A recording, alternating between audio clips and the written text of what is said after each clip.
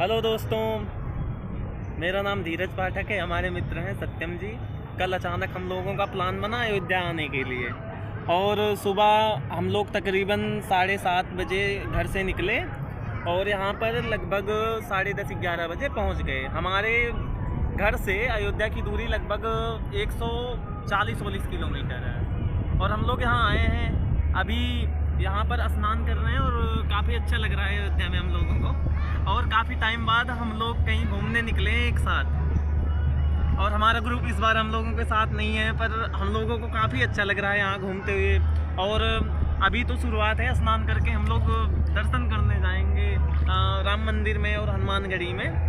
तो फिलहाल के लिए अभी स्नान के बाद हम लोग कपड़े चेंज करेंगे, उसके बाद सीधा राम मंदिर के बाद हनुमानगढ़ी के बाद फिर हनुमानगढ़ी के बाद वो कौन सा कुंड बोला जाता है यार?